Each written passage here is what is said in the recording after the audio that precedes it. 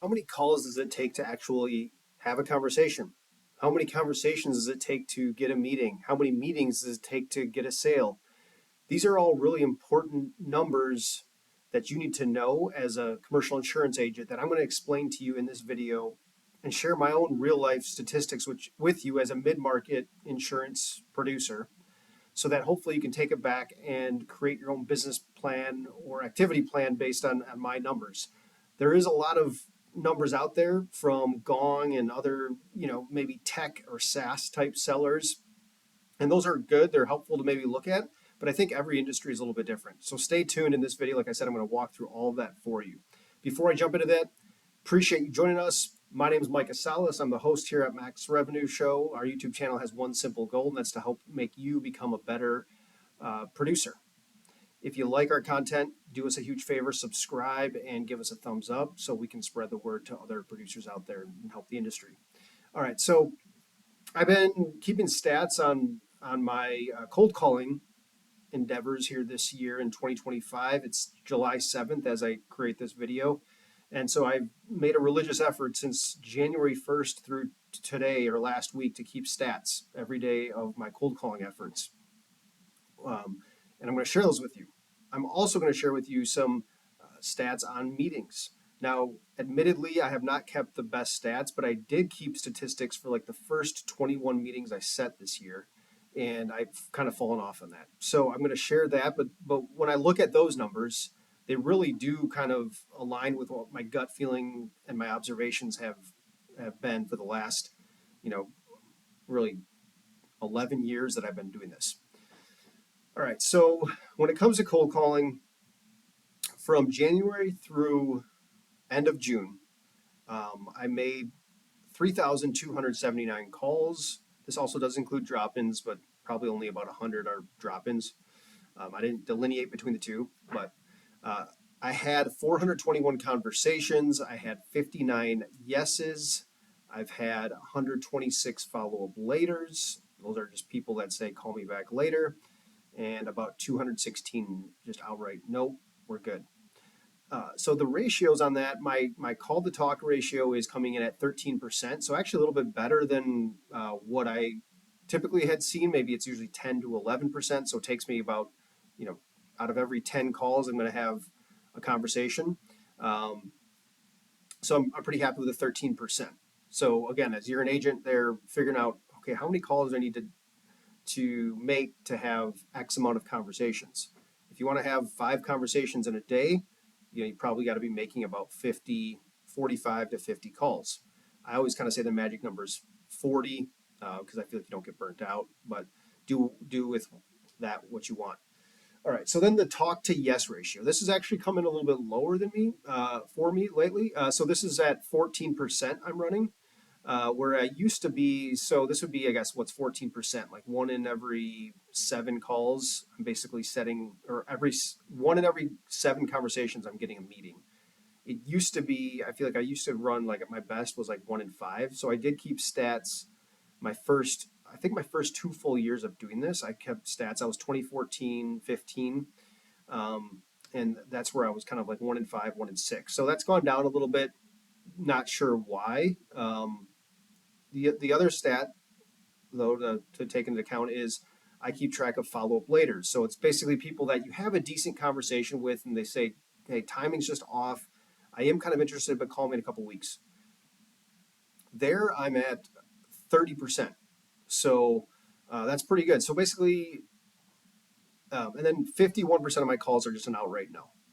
So if you add the yeses and the follow-up laters, I'm at basically 44% of my calls are kind of having a somewhat positive impact, or 44% of my conversations. Sorry, not don't want to say calls there because that would be the numbers would be way better.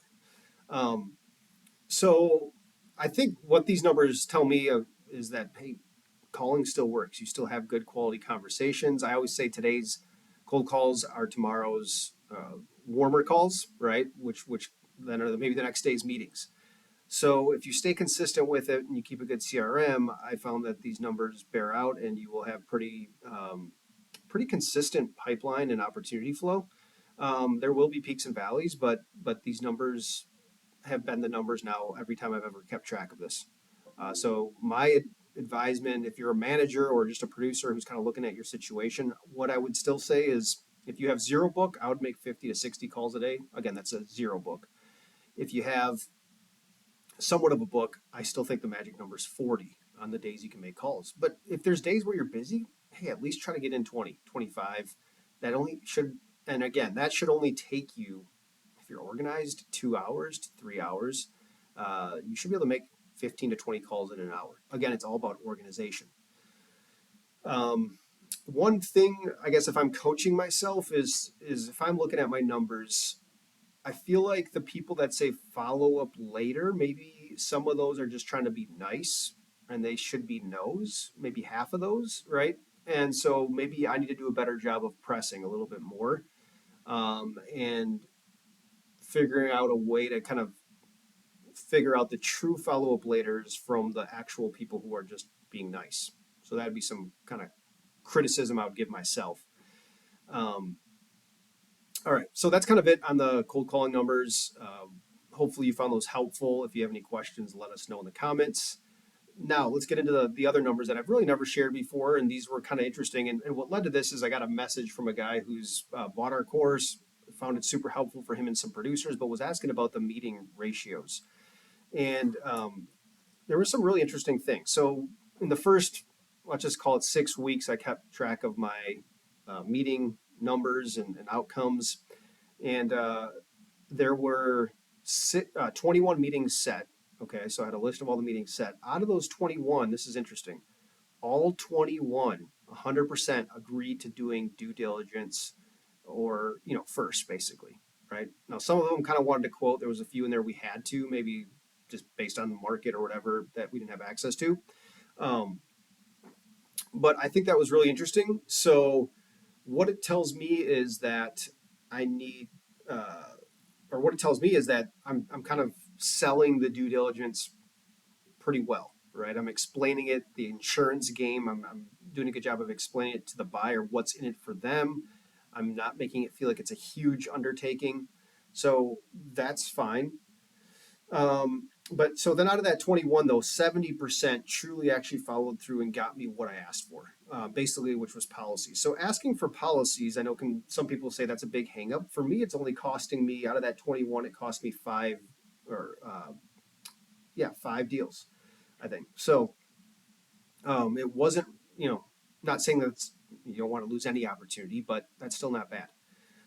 So then out of that 70%, that actually got me the information, I ended up closing 31%.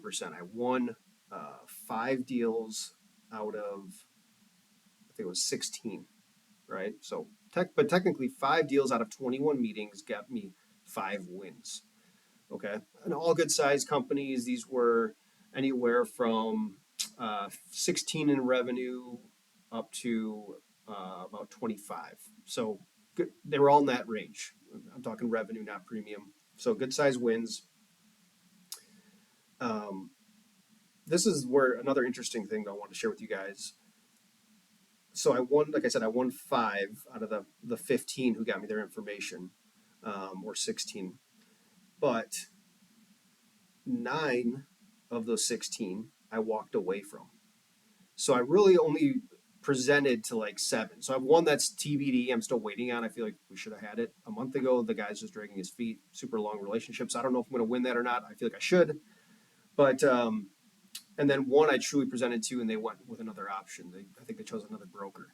But either way, that's you know pretty eye opening. And so you might be thinking, hey, why are you walking away from so many opportunities? I think when I look at this, try to look at it objectively, is I'm doing a good job selling the due diligence. People are like, hey, sure, if you want to do this, go ahead and do it.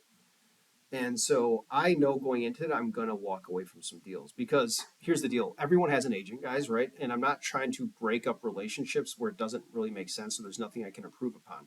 So yeah, they take a meeting because they're curious. We talk through things. They say, yep, that sounds pretty cool. We'll do the due diligence. And then If there's no pain though, usually throughout the due diligence process, I will try to obviously try to uncover pain, right, with their agent, their service, and then bring that up and pitch the AOR, or we go the quote route. But if none of that exists, I'm not going to go there and try to twist their arm, or even just try to tell them like, hey, I think I can do better for you, and here's why. If I truly believe that, I will say that. But here's the thing: there's a lot of times where the guys are just love their agent. They decide to do some due diligence because they think it's prudent, makes sense, and there's nothing I can do better. In those situations, I'm just not really spinning my wheels. I'm not going to try to push my way in there too much. So I think it was pretty interesting. Out of the 5 I won, if I look at all 5, for sure on like 3 of them, we didn't really uncover the first meeting. They said they were actually pretty happy, really happy, level 8 or 9. And throughout the due diligence process, we uncovered pain, and it wasn't gaps in coverage necessarily. It was premium issues or whatever, service issues that came to light and kind of rose to the top. So that was kind of interesting too, for what it's worth.